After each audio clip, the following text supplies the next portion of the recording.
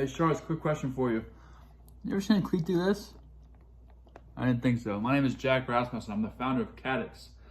I'm from Baltimore, Maryland, and for the past 6 months, this is my full-time job. My business is a direct-to-consumer business. We create cleats that reduce the chance of ACL, MCL, and high ankle sprain injury in non-contact situations for any field of sport. Thanks, Jack. My name is Grant Patterson. I'm the Director of Social Media and Partnerships for Cadix.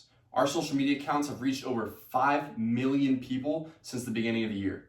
And right now we have 12 Division I and professional athletes representing our brand. We are seeking $250,000 in exchange for 2.5% equity. This will fund marketing expenses like strategic partnerships, professional athlete endorsement, and content creation, as well as helping us to scale production and fulfillment and pay legal fees. What makes our product so interesting?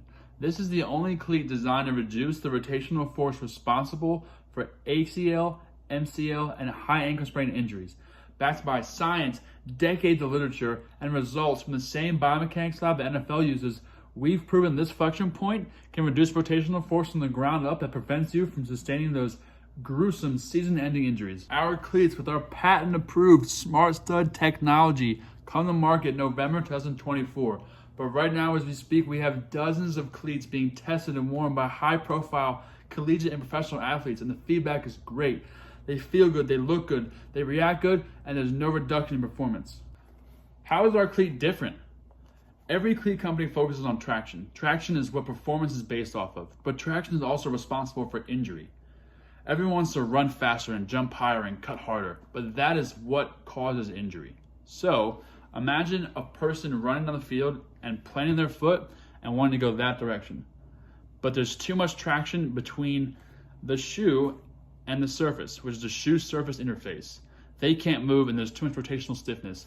This flexion point that we tested at the biomechanics lab the NFL uses is proven to reduce all injurious force that starts from the ground and moves up a kinetic chain to the knee.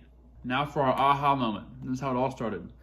Years ago, my father and I watched one of our favorite athletes go down during competition with nobody in sight. He was the strongest, he was the fastest, he was the best. How could he be injured? No one was around him. His cleat got stuck to the surface and it was unable to give towards ACL. 3 years after that, he retired, and during those 3 years, his career was on a steady decline, as well as his physical and mental health. The injury had derailed his career completely. 1 year after that, I was working at Zion National Park in Utah, and I was 19 years old, and I was a housekeeper. My father called me and told me that an athlete of a similar caliber suffered a similar injury, and we both thought that cleats should be doing more for athletes. They should be giving at some point. After work one day, I was so curious. I went to the library and I read a book on patents and material science, and then I went to Goodwill and I got a pair of cleats myself. I tore them apart and I tried to get them to rotate. I tried to get them to spin with rubber bands and paper clips, and I ended up figuring it out, and that was all I needed. The next day, I walked to my boss's office, I quit my job, I got my 30-year-old car, and I drove home to Maryland. When I got home, I spent the next year in my room, 12 hours a day, teaching myself material science, biomechanics, and physics. I had enough data, I had enough conversations with PhDs, surgeons, doctors, that I wrote the first patent that we got published and awarded when I was 19 years old. In February, we made 100 quantities available for a limited pre-sale serving as market research. This helped us determine size, color, and model preferences. We will also be doing periodic pre-sale launches throughout the fall tied to our marketing campaigns. I haven't put a ton of personal money into this company. Minus a decade of my time and the money my dad and I spent on our first patent, I've raised money from family, friends, and outside investors to get us here today. But this company for me is much more than the dollar amount. This company for me is opportunity. And that means for me, opportunity for kids who are limited with options. If sports is the only outlook, only vehicle for kids in inner cities and situations they wish they weren't in, that shouldn't be limited by injury, by something that they had never been able to control up until now. If you take away sports from a child in a situation that he or she wants to get out of, you are limiting their opportunity in life. I think that's wrong. The biggest challenges so far that we've faced is getting people to digest and comprehend the science behind our cleat. When you wiggle the stud in front of somebody, it's intuitive enough to make sense to athletes and parents and people who sustain these injuries. But beyond that, I understand the skepticism. I get it.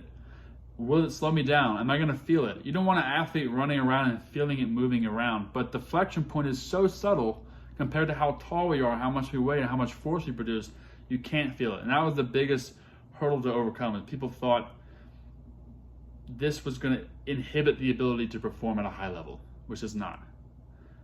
Cleats are not a novel concept. They've been made for years and years and years. But when you introduce something like this that's this new, it can be a little scary. With models for football and women's soccer available this year, with plans to expand into more sports, Sharks, we'd love to get you involved in the future of cleats.